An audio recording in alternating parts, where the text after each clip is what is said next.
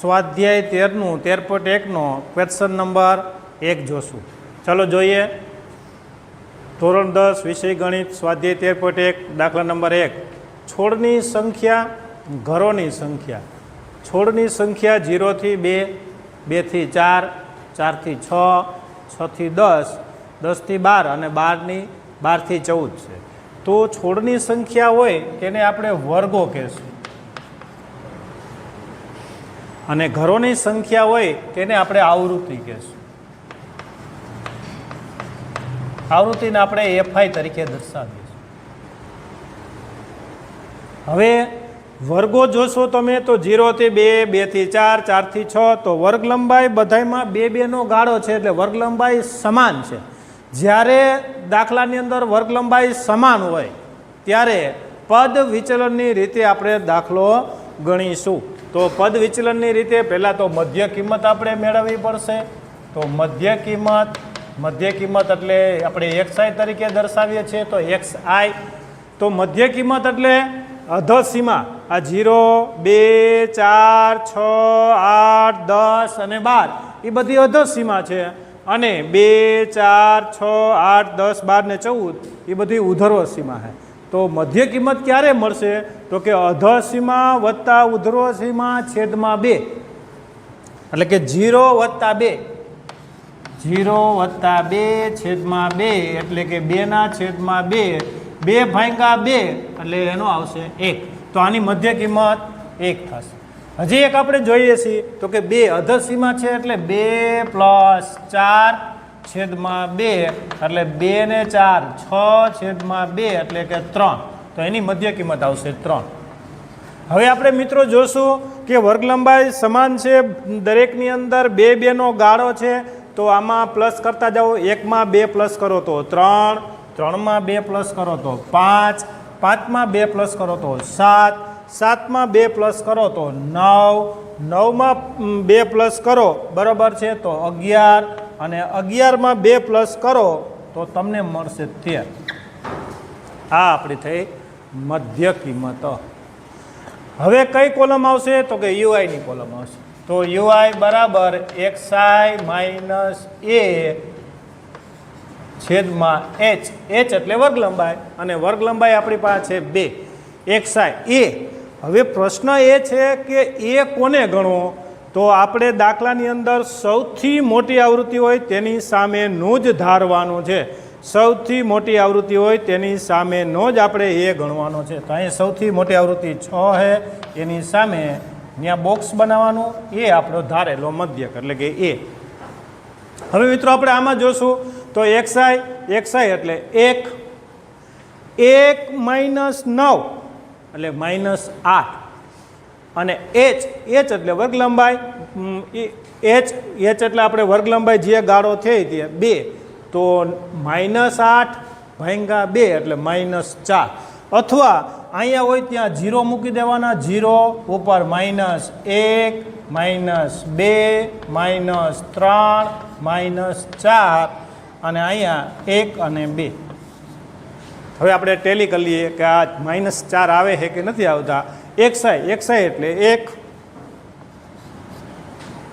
અહીંયા જો xi 1, a એટલે ધારેલો મધ્યક -9 છેદમાં h એટલે વર્ગ લંબાઈ. કેટલો ગાળો છે? તો કે દરેકમાં 2 નો ગાળો તો 2.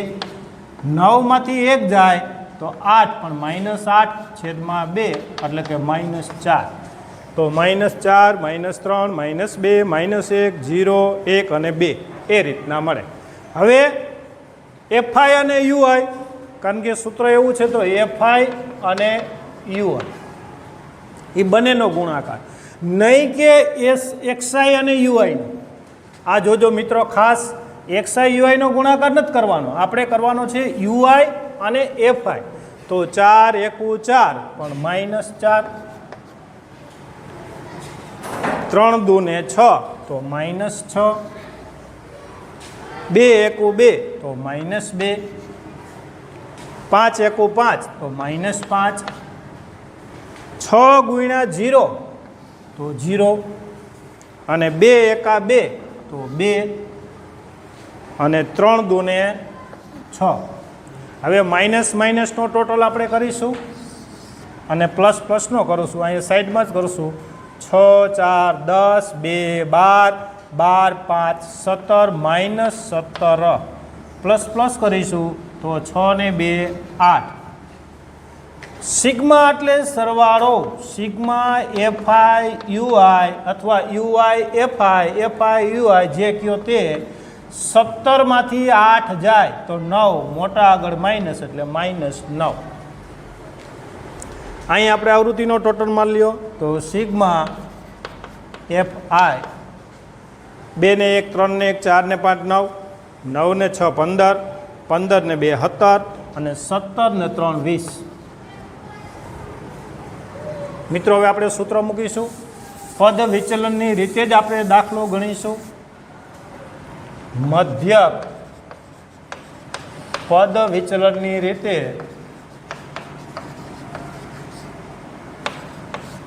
ગણીશું. તો x બાર બરાબર ધારેલો મધ્યક એટલે શું છે? a plus sigma FI UI sigma FI અને ગુણ્યા h, વર્ગ લંબાઈ એટલે h. ધારેલો મધ્યક આપણી પાસે છે, તમે ધાર્યો છે 9, તો 9 plus sigma FI UI -9, sigma FI total તો 20, તો મૂકીશું આપણે 20. h એટલે વર્ગ લંબાઈ એ આપણે મળી છે 2, કારણ કે દરેકમાં વર્ગ લંબાઈ બબેનો ગાળો છે એટલે વર્ગ લંબાઈ 2. સ્ટેપ બાય સ્ટેપ 9 પ્લસ અહીંયા 10 દુ 20 થાય, છેદ ઉડાડો તો -9 છેદમાં 10, પોઈન્ટ કાપો તમે તો 9 વત્તા -0.9. હવે 9માંથી 0.9 બાદ કરો, બરાબર છે, તો તમને જવાબ મળશે x બાર બરાબર 8.1. તમને જવાબ મળશે. તો મિત્રો આ રીતના આપણે મધ્યક જ્યારે વર્ગ લંબાઈ સમાન હોય ત્યારે પદ વિચલનની રીતે જ મધ્યક શોધવો એ આપણે સરળ. સ્વાધ્યાય 13.1 નો દાખલા નંબર 2. ચલો 2 જોશો. તો દૈનિક વેતન, દૈનિક વેતનને આપણે વર્ગો તરીકે ઓળખીશું, કારીગરોની સંખ્યાને આવૃત્તિ તરીકે ઓળખીશું. એફઆઈ વર્ગોની અંદર 500 થી 520 દૈનિક વેતન, 520 થી 540, 540 થી 560, 560 થી 580 અને 580 થી 600. તો આ થયું દૈનિક વેતન. કારીગરોની સંખ્યાની અંદર આવૃત્તિ 12, 14, 8, 6 અને 10. ટોટલ આપણે પહેલું કરીએ સિગ્મા એફઆઈ. તો 4 ને 2 6, 6 8 14, 14 ને 6 20, 20 નો 0 વધી પડે 2, 2 ને 1 3 ને 1 4 અને 4 ને 1 5. ટોટલ સિગ્મા એફઆઈ 50 થયો. હવે વર્ગ લંબાઈ સમાન છે મિત્રો, જુઓ એમાં વર્ગ લંબાઈ સમાન છે 500 થી 520, 520 થી 540 એટલે કે 20-20 નો ગાળો છે. જુઓ મિત્રો 20-20 નો ગાળો.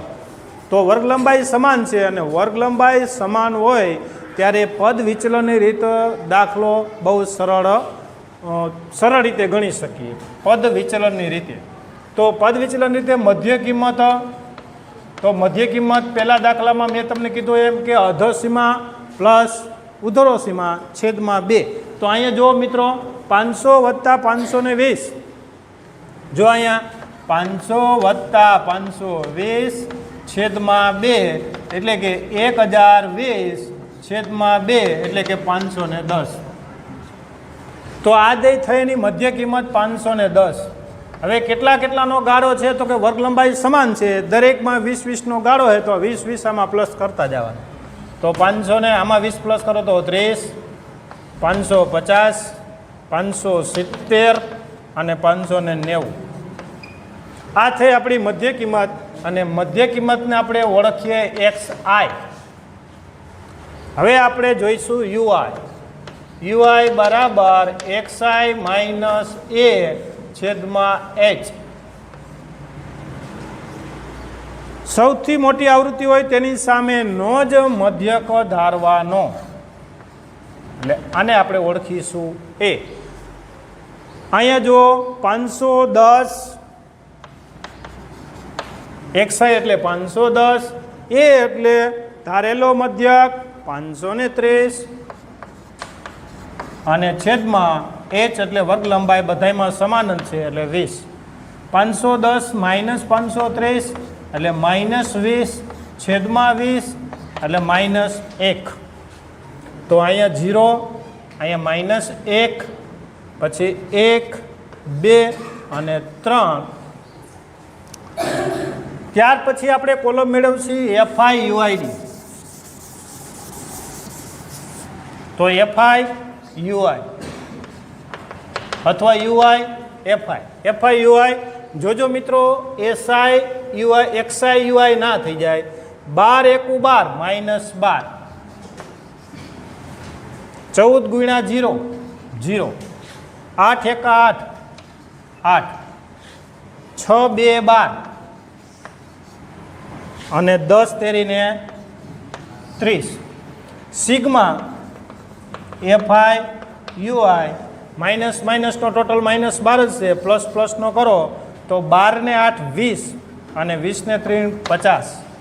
50 માંથી 12 જાય, કેટલા વધશે મિત્રો? 38. કેટલા વધશે? 38 પ્લસ 38, કારણ કે મોટા આગળ પ્લસ છે એટલા માટે. મધ્યક પદ વિચલનની રીતે શોધીશું.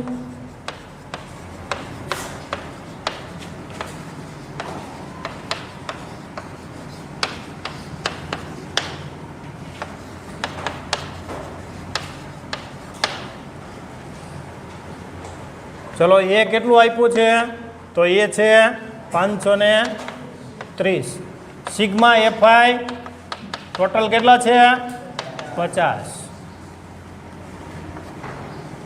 અને સિગ્મા એફઆઈ યુઆઈ 38. મૂકો સૂત્ર. x બાર બરાબર A plus sigma FI UI sigma FI ગુણ્યા એચ. એ એટલે 530 સિગ્મા એફઆઈ યુઆઈ 38 ના છેદમાં સિગ્મા એફઆઈ 50 અને ગુણ્યા એચ એટલે દરેકમાં વર્ગ લંબાઈ 20. 20નો ગાળો છે એટલે 20. છેદ ઉડાડો તો 1 મીંડું જાય. તો 530 પ્લસ 38 ગુણ્યા 2 મિત્રો, તો 38 દુ 76 અને 76 ભાંગ્યા 5. રફ કામ કરી લેવાનું મિત્રો. 76 ભાંગ્યા 5 તો 5 1 5 2 25 25 1 પોઈન્ટ અને 5 દુ 10 એટલે કે 15.2. 76 ભાંગ્યા 5 530 વત્તા 15.2 એટલે કે મિત્રો મધ્યક આપને મળશે x બાર બરાબર 530 પ્લસ 15.2 એટલે 545.2. આ આપણો આન્સર.